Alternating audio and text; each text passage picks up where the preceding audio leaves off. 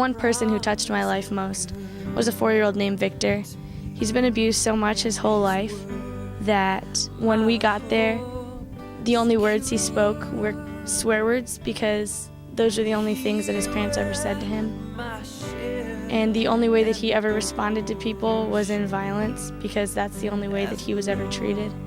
At home and then at the daycare too, because he didn't know how to be loved and show love, and so he responded with violence. The 5 of us devoted to praying over him the whole time that we shadowed him, and to believe what we prayed, that the love of God would change this boy and would pull him out of this cycle of sin and pain and hurt that he had been caught in. It was really amazing to see that he went from always destroying and always hurting to saying things like "I love you" to us in Afrikaans, and to wanting to climb into our laps and snuggle and not just pull our hair and scratch our faces.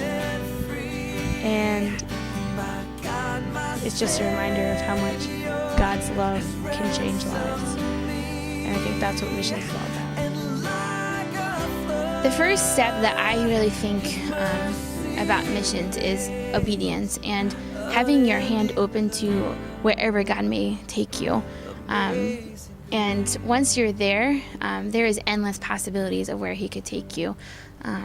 And it's not a overnight thing at all. For me, it's still a process. When I'm sitting here, I still don't know if I'm ever going to go back to Tanzania because I'm still processing everything that happened for me. I don't know if I'll end up in China. I don't know if I'm in Russia or just back in my hometown of Philadelphia. I have no idea, and I've had to come to terms that that's okay.